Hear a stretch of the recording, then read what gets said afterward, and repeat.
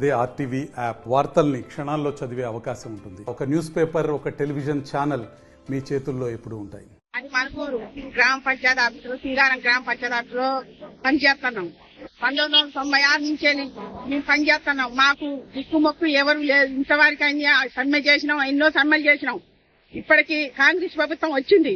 ఇకనన్నా మాకు న్యాయం చేస్తారని మేము కోరుకొని మేము ఇలా సమ్మె చేయదలుచుకున్నాం.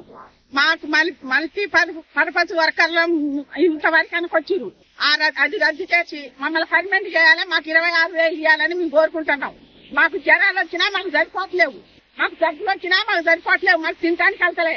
మీరు మా మీద దాని నుంచి మమ్మల్ని పర్మనెంట్ చేయాలి, మమ్మల్ని 26,000 ఇవ్వాలని మేము కోరుకుంటున్నామండి. సార్, తెలంగాణ ప్రభుత్వంలో మాది భద్రాద్రి కొత్తగూడెం జిల్లా సంసింగారం గ్రామ పంచాయతీలో పనిచేస్తున్నాము. మేము చేయబట్టి కనీసానికి 25 సంవత్సరాలు అవుతుంది.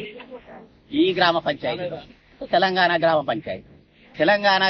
తెలంగాణ ప్రభుత్వం ఒకప్పుడు మనకు చాలా హామీలు ఇచ్చింది, నెరవేర్చలేదు. తర్వాత ఇప్పుడు కాంగ్రెస్ ప్రభుత్వం కూడా వచ్చింది.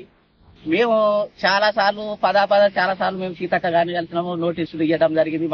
మన యూనియన్ నాయకులు వచ్చారు, చాలా సార్లు నోటీస్ ఇచ్చినాము, మేము సమ్మెలోకి వెళ్తున్నామని చెప్పినాము. ఇంతవరకు అతి లేదు, గతి లేదు. ఈ గవర్నమెంట్ కూడా, కాంగ్రెస్ గవర్నమెంట్ కూడా వచ్చి 6-7 నెలలు అవుతుంది. 6-7 నెలలు అవుతుంది. ఈ లోపు వీళ్ళకి కూడా ఏమైంది, జియో ఏదో వచ్చింది, ఓట్ల లెక్కింపు ఇవన్నీ ఏదో వచ్చింది. ఆ ఓట్లు కూడా అయిపోయినాయి. ఫస్ట్ ఆఫ్ ఆల్ మాకు 60 జియో మాకు ఇవ్వాలి.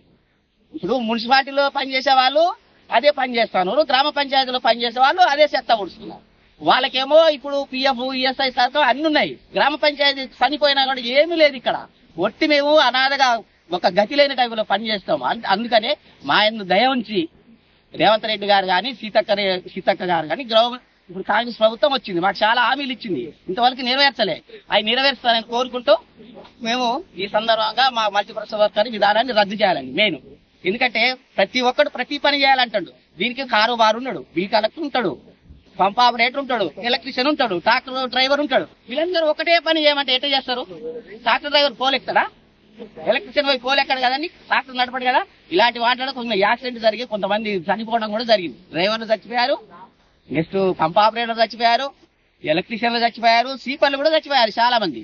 కనీసానికి మాకు 5 లక్షల ఇన్సూరెన్స్ కూడా అంత ముందు గవర్నమెంట్ ఇస్తానండి, ఇంతవరకు కూడా అది అమలు చేయట్లేదు.